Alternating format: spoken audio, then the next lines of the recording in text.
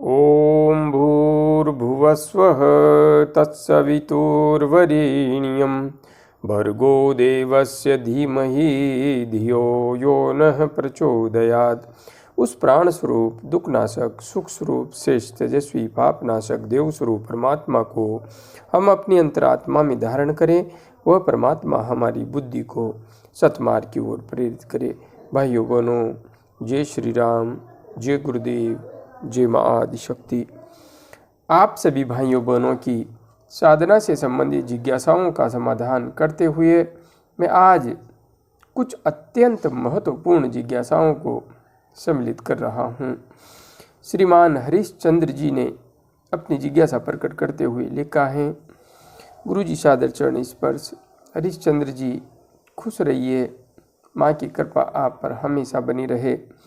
गुरु जी, आज्ञा चक्र और सहस्रार चक्र जागृत होने के बाद क्या नीचे के चक्रों पर ध्यान किया जा सकता है? ध्यान करते समय शरीर की नसों में कुछ रंग तैरता रहता है। बहुत तेज गति से कभी कभी सर पीछे की तरफ पीठ से चिपक जाता है। मैंने कभी नीचे के चक्रों पर ध्यान नहीं किया है। क्या इस समय भी नीचे के चक्रों पर ध्यान किया जा सकता है? कृपया मार्गदर्शन करें। हरिश्चंद्र जी, आपने यहाँ पर जो अपनी जिज्ञासा प्रकट की है बहुत महत्वपूर्ण है, अत्यंत महत्वपूर्ण है। जो आपने पूछा है उसका विस्तार से विश्लेषण कर रहा हूँ। आपने लिखा है, आज्ञा चक्र और सहस्रार चक्र जागृत होने के बाद क्या नीचे के चक्रों पर ध्यान किया जा सकता है?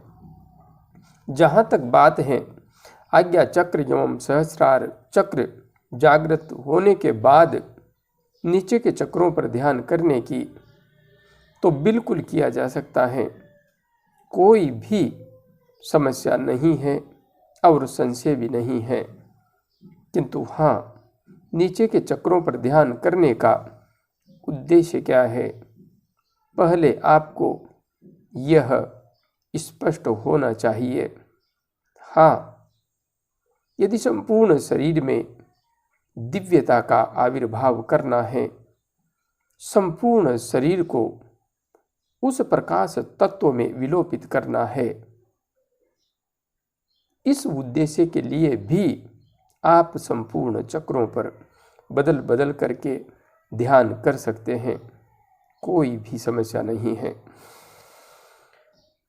आगे आपने लिखा है, ध्यान करते समय शरीर की नसों में कुछ रंग तैरता रहता है। ऐसा तो होगा जब आप सहस्रार चक्र पर गहराई से उतर जाते हैं, तो ऐसी स्थिति में संपूर्ण शरीर में श्वेत शीतल प्रकाश का एहसास होने लगता है।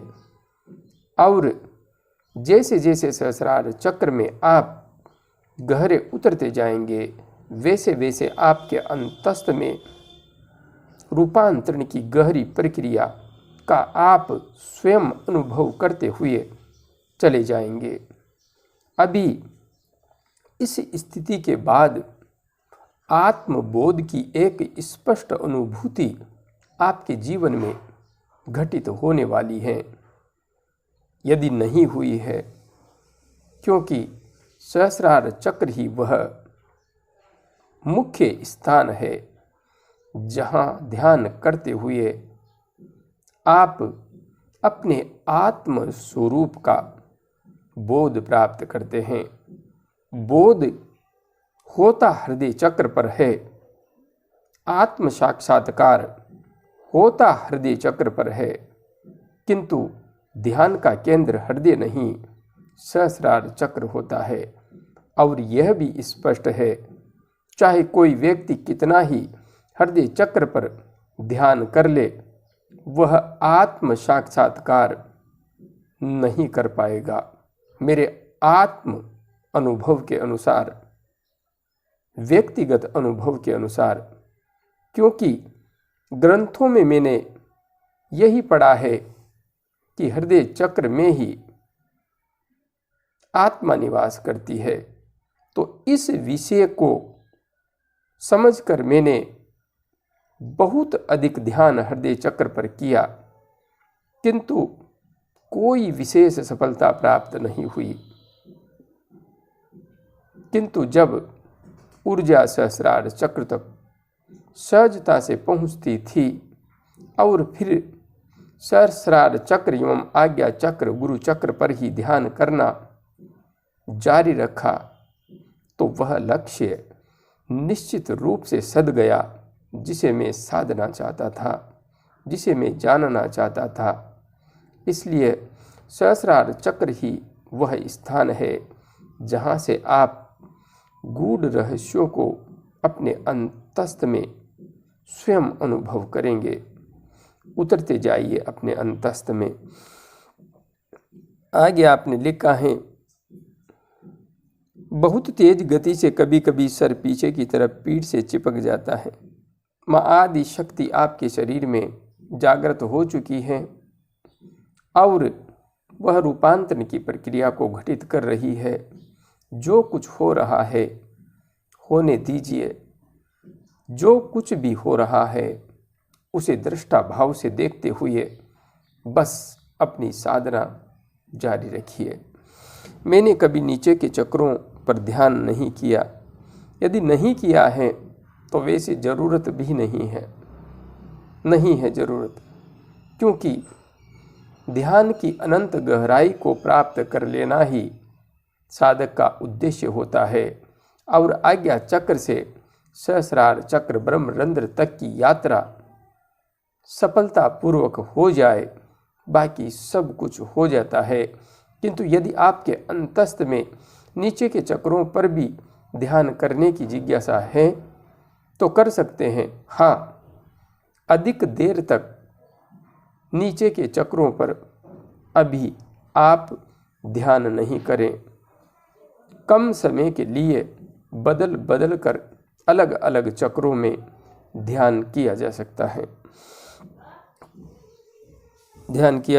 है। तो मैंने जितना आपने पूछा है मार्गदर्शन किया है अपने आत्म अनुभव से। आगे बढ़ते रहिए, मेरी शुभकामनाएं आपके साथ हैं। आगे बहन जानी गीता बेन जी ने अपनी जिज्ञासा प्रकट करते हुए लिखा है, गुरुदेव क्या मेडिटेशन करने के लिए बुलाते हैं आप, यानी कि कोई शांत जगह है जहाँ पर ध्यान करवाते हैं आप?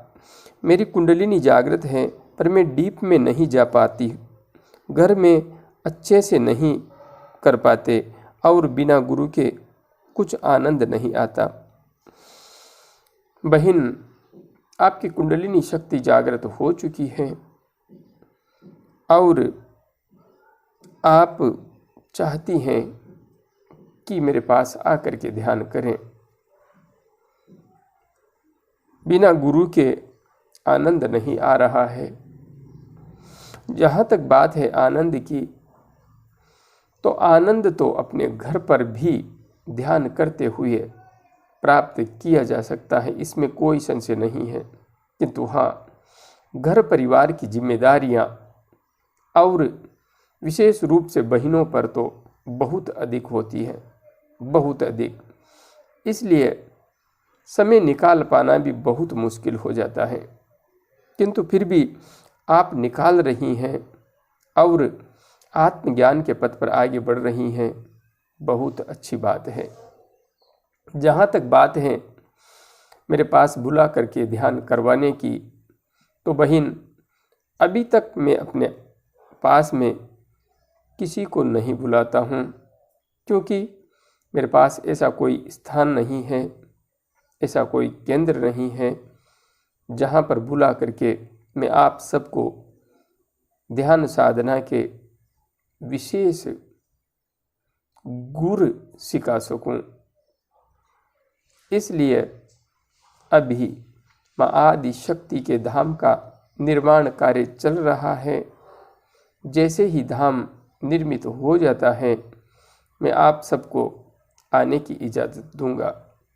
हाँ, लक्ष्य यही है कि यहाँ पर आने वाले किसी भी साधक से कोई भी शुल्क नहीं लिया जाएगा।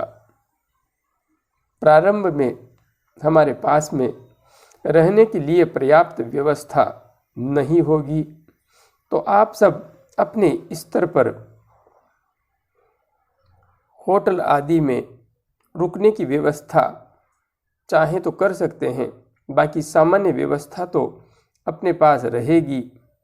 बाकी यहाँ पर सीखना और भोजन निःशुल्क ही रहेगा। इतना तो मैं शुरुआत से ही लेकर के चलूँगा। बाद में जब हमारे पास में रहने की व्यवस्था पर्याप्त हो जाएगी तो रहना खाना पीना सब कुछ निःशुल्क ही होगा और यह सब माँ की कृपा से ही होगा, पूज्य सद्गुरुदेव के आशीर्वाद से ही होगा। क्योंकि मेरी कोई सामर्थ्य नहीं है कि मैं ऐसा कर सकूं। बस मन में संकल्प है कि ऐसा ही करना है तो ऐसा ही होगा। माँ और पूज्य सद्गुरुदेव ऐसा ही करेंगे। कुछ दिन या यूँ कहूँ कुछ महीने इंतज़ार कीजिए, आप सब मेरे पास आ सकेंगे। इसी श्रृंखला में आगे बढ़ते हुए माँ के धाम निर्माण कार्य में जो आप आत्मीय जन निरंतर सहयोग कर रहे हैं, हमारे आत्मीय परिवारजन भाई हरि भट्ट जी, जो कि वास्तविक रूप में अब जातिगत बंधनों को तोड़ करके हरि हिंदू हैं और स्कॉटलैंड में निवास करते हैं, मूलतः नेपाल से हैं। प्रति सप्ताह माँ के धाम निर्माण हेतु 5100 रुपये की राशि भेज रहे हैं। इस हफ्ते भी 5100 रुपये की राशि भाई हरि भट्ट जी ने माँ के चरणों में समर्पित की है। आप आत्मीय परिवारजनों का बहुत बहुत धन्यवाद, बहुत बहुत साधुवाद।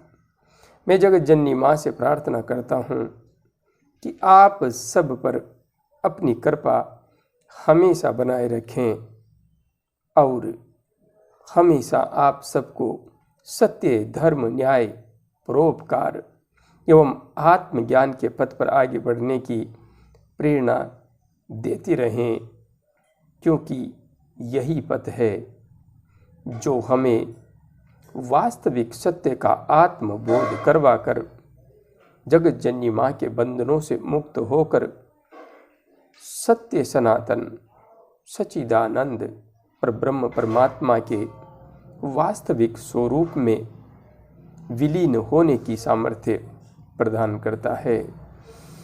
जय गुरुदेव, जय माँ आदिशक्ति।